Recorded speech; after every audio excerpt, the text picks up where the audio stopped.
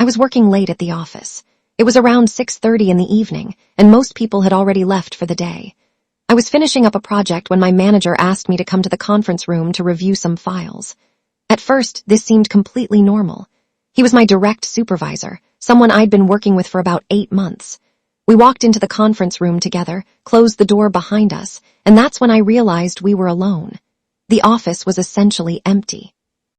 I didn't think much of it at the time. We had reviewed files in that room before, but this time felt different. He didn't sit down at the usual side of the table. Instead, he sat much closer to me than he ever had before. He started talking about the project, but his words didn't match his body language. He was leaning in. His hand was on the back of my chair. He was making comments about how dedicated I was, how attractive my focus was, things that had nothing to do with work.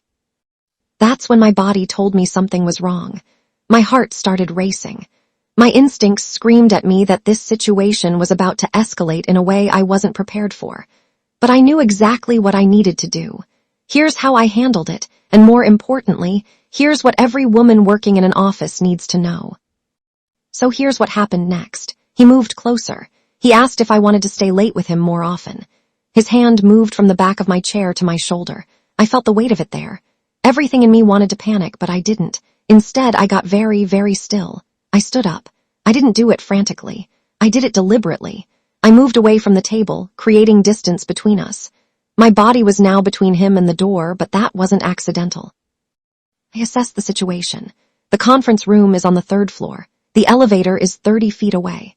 The stairwell is 50 feet away. There are security cameras in the hallway. If I scream, other people might hear. But more importantly, I needed to handle this with authority and clarity because I work with this person. I can't just run. I need to set a boundary that will not be crossed again. He asked me why I stood up. I looked him directly in the eye, and I said something very specific. I said, I'm not comfortable with this. This isn't appropriate. I'm going to leave now. I didn't apologize. I didn't soften it. I didn't make excuses. I stated it as a fact. My voice was steady. My face showed no fear. I was calm and in control. He tried to say something, to explain, or maybe to convince me to stay. I cut him off. I said, I think we should have this conversation with HR present. Mentioning HR was important. It signaled that I was about to take official action. His entire demeanor changed. He stepped back. He said something like, look, let's not make this a bigger deal than it is. But I had already decided. I was done. I left the room. I walked to the elevator without looking back. I didn't run. I didn't stumble. I walked with the same confidence I had when I entered that room.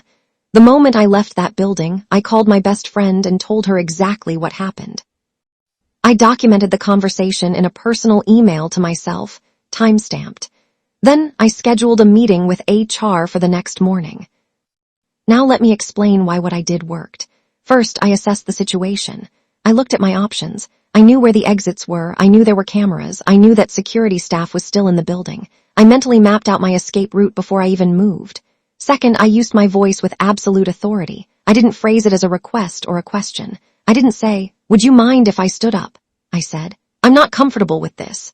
Statements are more powerful than questions. I claimed the space with my words. Third, I set a clear, non-negotiable boundary. I didn't say, maybe we shouldn't. I said, this isn't appropriate. I didn't leave room for negotiation or discussion. When he tried to argue, I escalated by mentioning HR. This signaled that the situation was now official, documented, and beyond his control. Fourth, I removed myself from the situation physically. I didn't wait for permission. I didn't ask him if it was okay for me to leave. I stood up and I left. My body language communicated confidence and certainty. Fifth, I documented everything immediately. I told someone I trusted, and I created a record of the conversation with timestamps. This is crucial in workplace situations because it creates a paper trail. If anything happens again, or if this escalates, I have evidence.